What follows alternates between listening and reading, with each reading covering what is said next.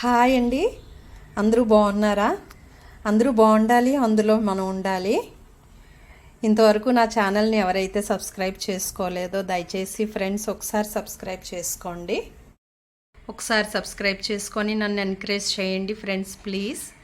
So that నేను ఏదైనా కొత్తగా ఒక వీడియో చేస్తే మీకు నోటిఫికేషన్ వస్తుంది. Thank you so much. Subscribe చేసుకున్నందుకు చాలా థ్యాంక్స్ అండి.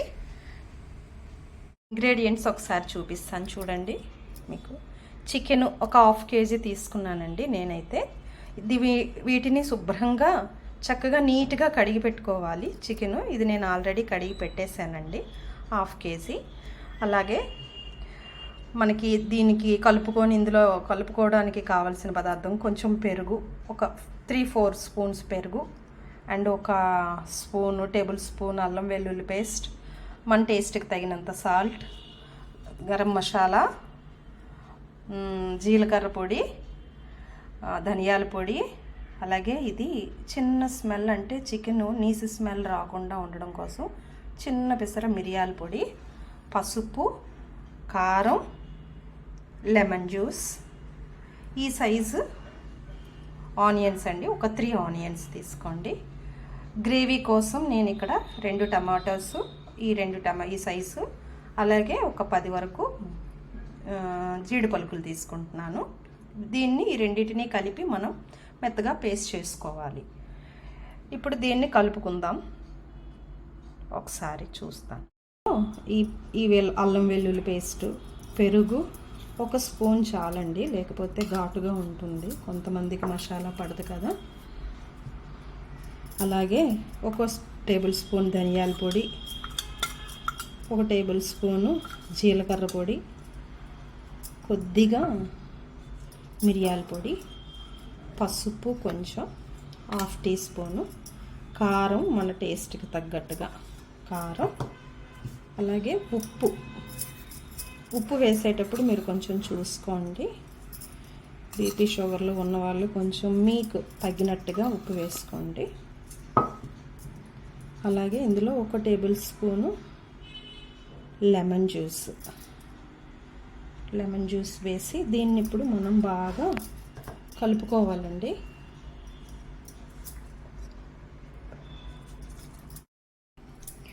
ఒక టేబుల్ స్పూన్ ఆయిల్ కూడా ఇందులో వేసి కలుపుకోవాలండి. ఈ విధంగా మనం అంతా కలిపి పెట్టుకొని మ్యాగ్నెట్ చేసి ఒక 1 అవర్ మనం ఫ్రిడ్జ్లో మూత పెట్టి ఫ్రిడ్జ్లో పెట్టుకోవాలండి. దీన్ని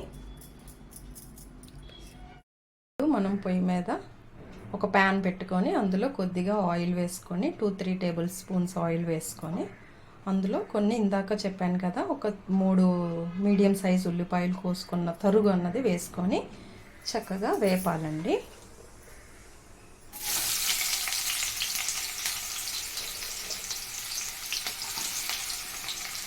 సిమ్లో పెట్టుకొని ఈ ఉల్లిపాయ ముక్కల్ని కొంచెం మనం వేపుకుందాం. చూసారా, పోపు వేగిపోయిందండి. ఇప్పుడు మనం దీంట్లో ఇందాక నానబెట్టుకున్నాం కదా చికెన్ని, మసాలా కలిపి అది ఇందులో ట్రాన్స్ఫర్ చేసుకోవాలి.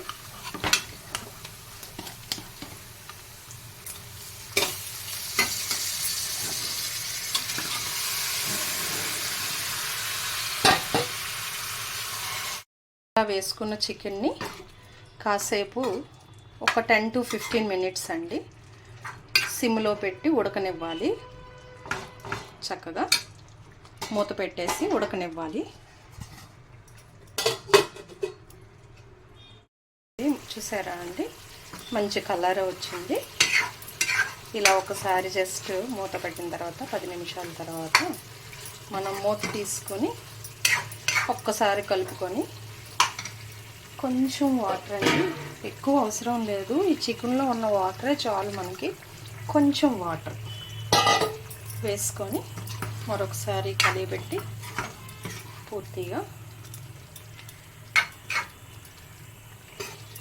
మూత పెట్టి దగ్గరగా అయ్యేంత వరకు మరొక 10 నిమిషాలు ఉడికించుకుంటే సరిపోతుందండి. ఇదంతా సిమ్లోనే పెట్టుకోవాలి.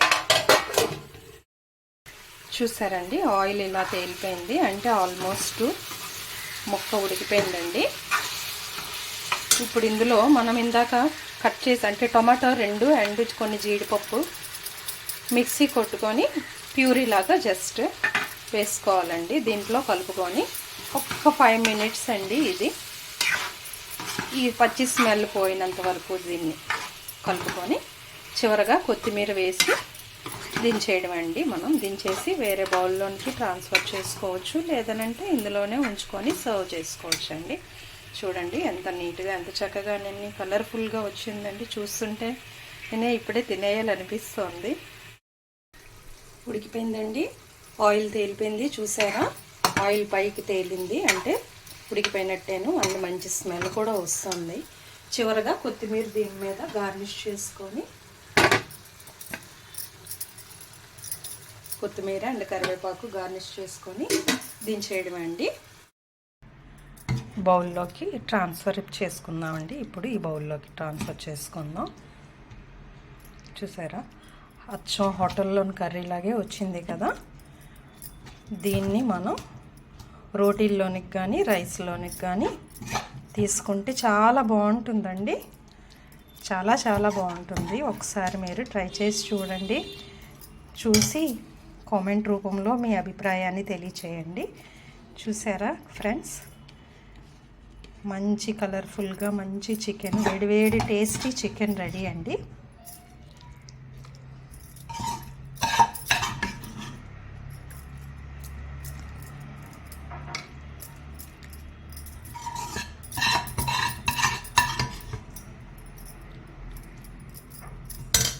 చూసారా ఫ్రెండ్స్,